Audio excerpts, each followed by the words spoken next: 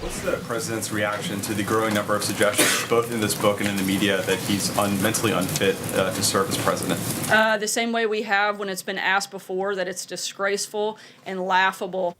The new explosive book, Fire and Fury, is giving lawmakers more momentum to question whether President Trump is mentally fit for office, they say.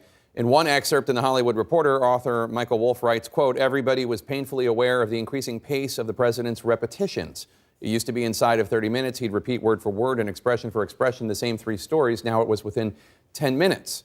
Indeed, many of his tweets were the product of his repetitions. He just couldn't stop saying something," unquote.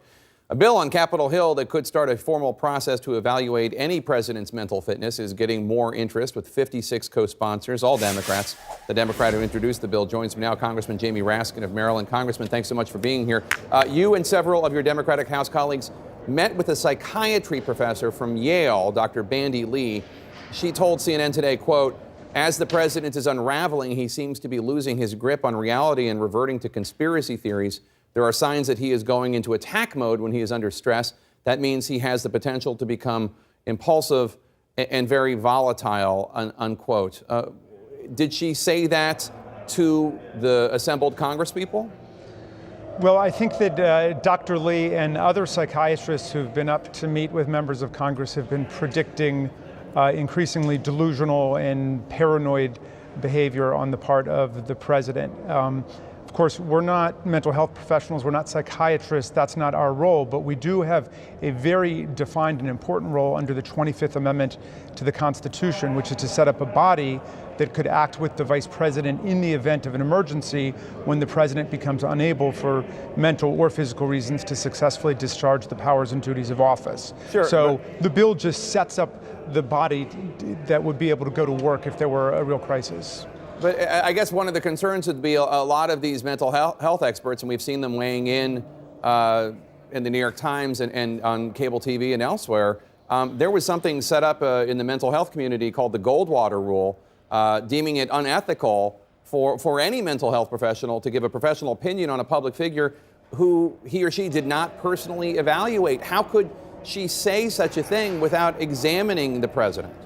Well, they're not violating the Goldwater Rule, which is incorporated into a lot of state bodies of law governing mental health practitioners, because they're not making a specific diagnosis under the DSM of the president. As I understand what they're doing, they're acting the way that any citizen has a right to act under the First Amendment, to say that they think that the president is dangerous and unable to successfully meet the powers and duties of office. And that's the constitutional standard. The question of whether he is a malignant narcissist or he has obsessive paranoid tendencies and so on, all of those are interesting and they might be relevant, but they're not definitive for the constitutional question of whether he's able to meet the duties of office. And of course, we've got big public policy crises going on now. We've got a gun violence crisis. We've got the tax bill, which was bought and paid for by the Koch brothers and the Mercers and so on. We got serious stuff to deal with, and instead we're caught up every day in what looks like the country debating the mental health of the president. So it's a very dangerous and unstable situation, as a number of Republican senators have themselves observed. How can you be sure that your opposition to President Trump, because of his politics, because of his style, because of his, let's call them eccentricities, that's not clouding your judgment or that of the mental health professionals that you've spoken with? Well, that's an excellent question, and all of us have politics, and all of us see the world through our own political and moral and ethical perspectives, and that's why the framers of the 25th Amendment, like Birch Bayh and Senator Robert F. Kennedy, said what we need is an independent body to be set up, and that's all that the legislation, H.R. 1987, proposes, to set up an 11-member commission, bipartisan in nature. Republicans appoint half, Democrats appoint half, the 10 members appoint a chair together, and they can only act with the Vice President of the United States, consistent with the 25th Amendment. I know a lot of people would like to read the 25th Amendment out of the Constitution, but every part of the Constitution is part of the Constitution, and we need every tool in the constitutional toolkit out on the table to get us through this very difficult period in American history. Well, what you're proposing, the legislation, sounds bipartisan. It's 50-50 in terms of the composition, and the Vice President's in charge. But you don't have any Republican co-sponsors for your legislation, and though we've heard criticisms of the president from Republican senators and others, in terms of him being chaotic. I haven't heard one of them invoke the 25th Amendment or question whether he's mentally fit.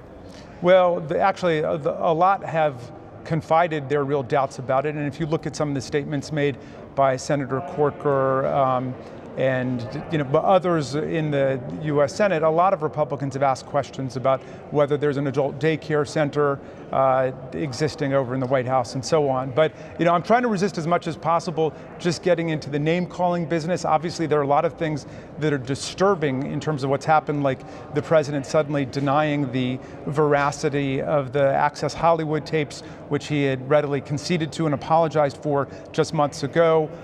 There's increasingly delusional behavior, it seems like, and erratic behavior, and he's more and more isolated even from his best friends like Steve Bannon, who are beginning to call him out in terms of his behavior. But the issue is, what is our institutional responsibility as the U.S. Congress? And we've got that under the 25th Amendment. Everybody should go and read it.